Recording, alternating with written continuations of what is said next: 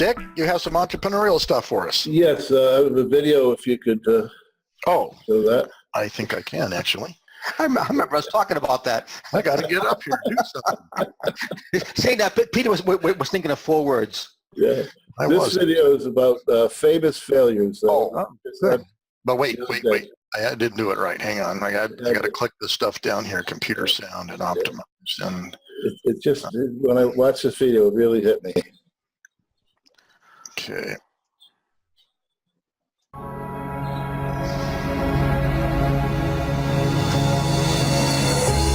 After being cut from his high school basketball team, he went home, locked himself in his room, and cried.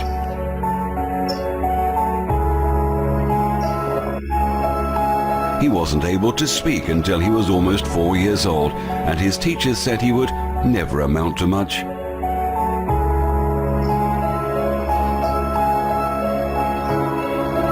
Was demoted from her job as a news anchor because she wasn't fit for television.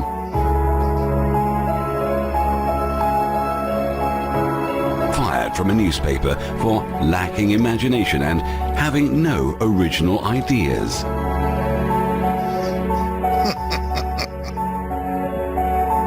At age 11, he was cut from his team after being diagnosed with a growth hormone deficiency, which made him smaller in stature than most kids his age. At 30 years old, he was left devastated and depressed after being unceremoniously removed from the company he started.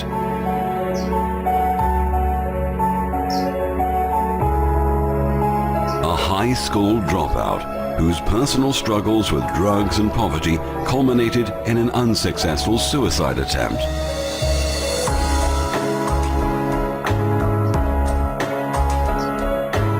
A teacher told him he was too stupid to learn anything and that he should go into a field where he might succeed by virtue of his pleasant personality.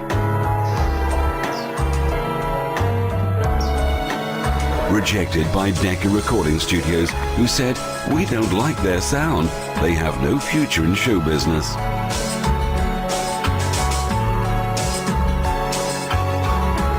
His first book was rejected by 27 publishers.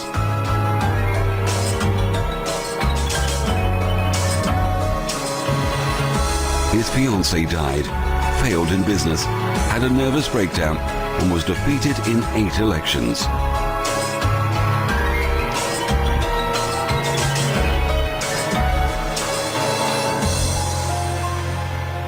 If you've never failed, you've never tried anything new. Very cool. Well done. Well done. Yeah, I watched that. It was on Facebook, and I watched it. And I watched it 2 or 3 times because it really struck me. When you look at those people, there's 11 highly successful people that, and you might even say they're best in class, that were told very, very strongly they were going to fail. And it goes back to 1800s to present day. So the thing I asked myself was, what was the common denominator among all these people? You had athletes, you had actors, you had musicians, authors, inventors, all types of different people. So what was there a common denominator? I came up with one, and that is mental strength, mental toughness, the ability to not crumble when someone says you're too stupid to learn, or you're not good enough to be on my team, or you're too fat to be on TV, or whatever, all those things that were said to those people. So I really think that mental strength is a key to it. And, with mental strength, you're able to keep yourself motivated. When things are going bad, you're still able to get up in the morning, look in the mirror and say, I can do it. When you're mentally tough, you help tune out unhelpful advice. We all get it. We all get the people that try to tell you what you're doing wrong, why you shouldn't be doing it, your MMLs, the Ponzi scheme, and all these other things. It allows you to work yourself through it and provides you the courage to face your fears. And we all have them. I don't care how confident we are at all. We all have them. And you have to go, hey, face your fears, hit them head on. Like I think I talked about a couple weeks ago. If you don't like public speaking, go to Toastmasters and become a public speaker. Those types of things. It allows you to bounce back from your failures, and we have those all the time. Look at those 11 people. I mean, some of those comments were devastating, and they just bounced back and did it. You'll learn from your mistakes. When you're mentally tough, you'll sit down and you'll do a true evaluation of what am I doing right, what am I doing wrong, and how do I get better?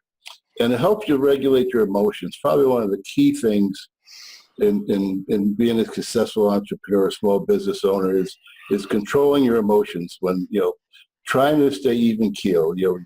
We're never, we have our highs and our lows, and we can't react to them. We have to try to keep an even keel type of thing. There's always going to be obstacles and challenges that threaten to derail your road to success. Building mental strength will help you develop the resilience to life's inevitable obstacles so you can overcome them. And I think these people have shown that, and I'm sure there's probably another 100 examples of very successful people that had similar things. So what are some of the things you should look for when you're trying to define your mental toughness? One of them is confidence. Do you believe in yourself and your abilities? Can you effectively navigate conflict and challenges? You have to be confident, not cocky, not overbearing, but confident. Quiet confidence is what I like to think, that you have the inner confidence that you're going to be successful, and you'll take care of the roadblocks along the way. You challenge yourself. You thrive in environments that constantly change or present new opportunities for learning or growth. This is one that I've experienced over the last 2 or 3 years, since I met Peter and Frank and all. I realized that this world we're living in is constantly changing at a much faster pace than it did, say, when I was in business. In business, it was about every 18 months you'd get, new evolution of technology, faster processors, and about every 18 months. Here, it's about every 18 days. There's something new that you have to look at, and you have to know what challenges to accept. Control. Do you feel you have control over your life and the power to shape your destiny? This is a key one.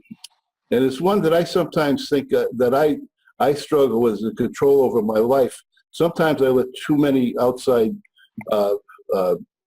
noises interfere with my day-to-day routine. But you have to take control over your life day to day, week to week, month to month, year to year. So it's really important.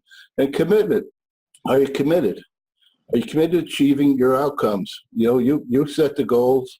If you're a small business person, you set the goals for your company. If you're a home-based person, you set the goals for yourself.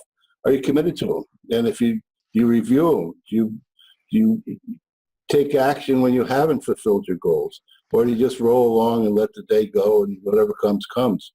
I think these are important things, and I really found that video to be motivating in a very unique way, to me at least. It was. I guess I watched it maybe 2 or 3 times in a row, and it really intrigued me. And I think the common denominator of this group of people was their mental toughness. When you cut Michael Jordan from the high school basketball, that one I know. You cut him from the high school basketball team, and he turns out to be the best basketball player ever. The other 10, I didn't know. I didn't know Oprah Winfrey. Don't shake your hand, friend. You saw that, okay. Yeah, I saw you Celtics. I lost my train of thought.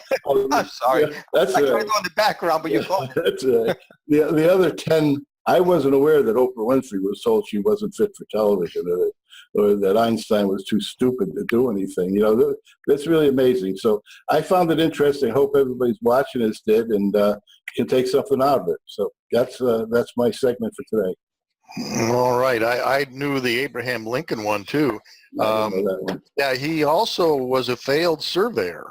That's how he ended up going to law school. Yeah. And then he had a much failed law business as well, But so yeah, he was certainly up against the rock and a hard place there. Yeah. Turned out.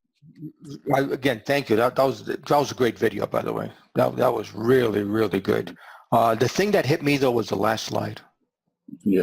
The last slide when it said, if you've never failed at anything, you've never tried anything new. Yeah. All of these people did not conform. Right. Yeah. They did something new that they knew was more important, whatever it would. And we all know what they did, Yeah. especially Steve Jobs. Yeah. And that was a very powerful last slide. I love that last Yeah. slide. Yeah. That was strong. Well, thank you, Dick. That was Yeah. very well done. Very, very, very inspirational. The other thing that they all had in common typically were very piss poor teachers and or mentors. Probably. Yeah. You're right. I mean, I can't tell you about Yeah. that. I mean, that was very obvious. Yeah. Einstein, Yeah. age 4. Right. Yeah. Oh boy. Anyway, okay, good. So I had a couple of things because we've got to run short here.